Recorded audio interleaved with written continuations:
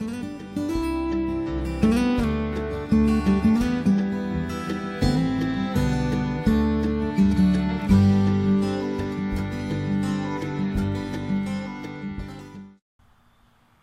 hello everyone, it's Luke from the MIgardener channel here with another very exciting episode for you today. Today we're going to be showing you how to start asparagus from seed. This is our second video in our three-part series on how to start from seed. The first video was on the rhubarb. Today's video is going to be on asparagus. And then we still have a third video which you're going to not want to miss, which is on celery. So these are three ones that everyone always has problems with. And I'm really excited to cover asparagus today because it's so easy and it's really something that you don't need to overcomplicate. So come in close and let's get this one started.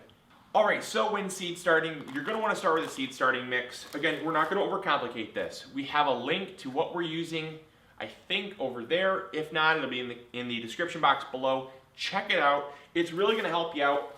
And it's something that we personally have seen great results with the seeds we've already started, that we started a couple episodes back. They're growing great, they're already up, and they're shining their faces and saying, we love this seed starting mix. So give it a shot, it's really great stuff. It's got good porosity, meaning it holds water just enough so it doesn't hold on to too much, but it holds on to that water for a long time. And what it also has is mycorrhiza in it, so it really helps out the plant roots, especially with perennials. Mycorrhiza really is essential for getting good perennial plants to get established. So what we're gonna be doing is just like we did with the rhubarb, we're also going to do with the asparagus. We're going to want to start it in deeper containers here.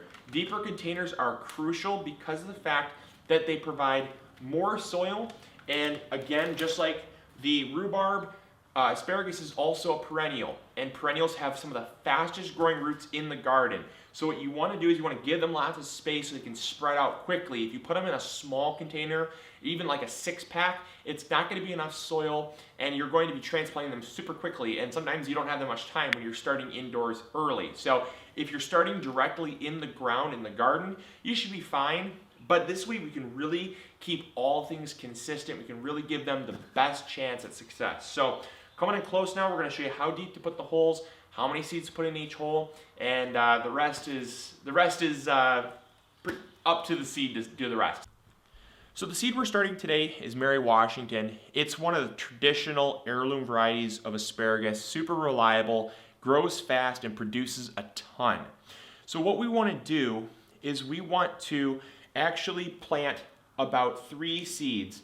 And what we do is we just take our finger and we make 3 teeny tiny little divots, like the eyes of a coconut basically. All right, so once you have all of your little 2x2 pots looking like they have eyes of coconuts on them, what you want to do is you just want to put 1 seed in each.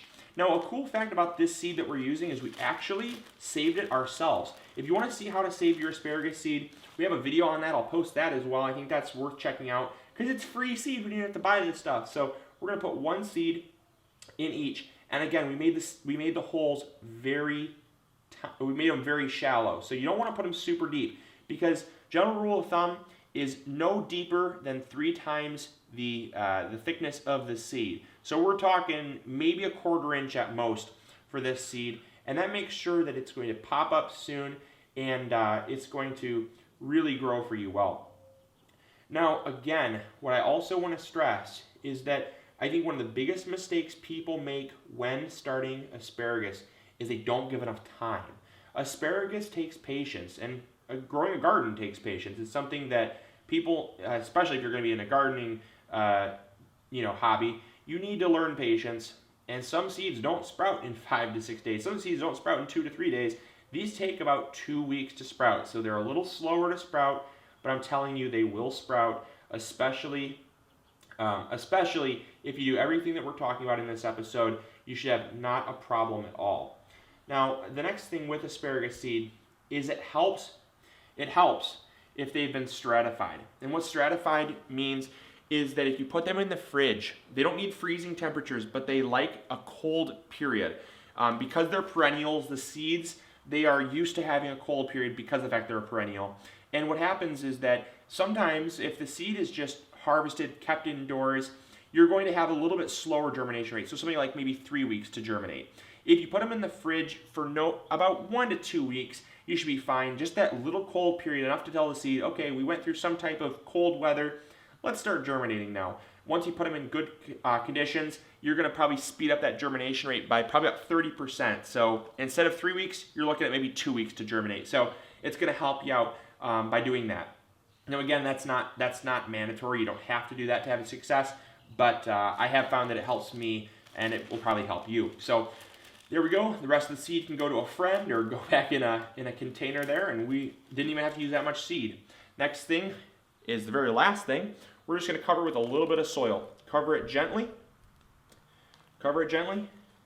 And all that we're going to do now is just pat it to bed. That's what I like to call it. You just kind of tuck it in before it sprouts, and that's going to make sure that all the seeds have really good contact with the soil, and so as soon as they sprout, they can start getting moisture and nutrients that they need to grow. So there we go.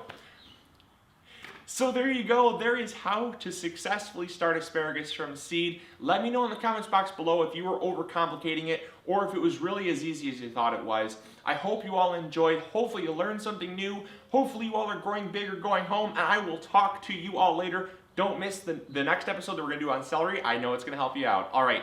See ya. Bye.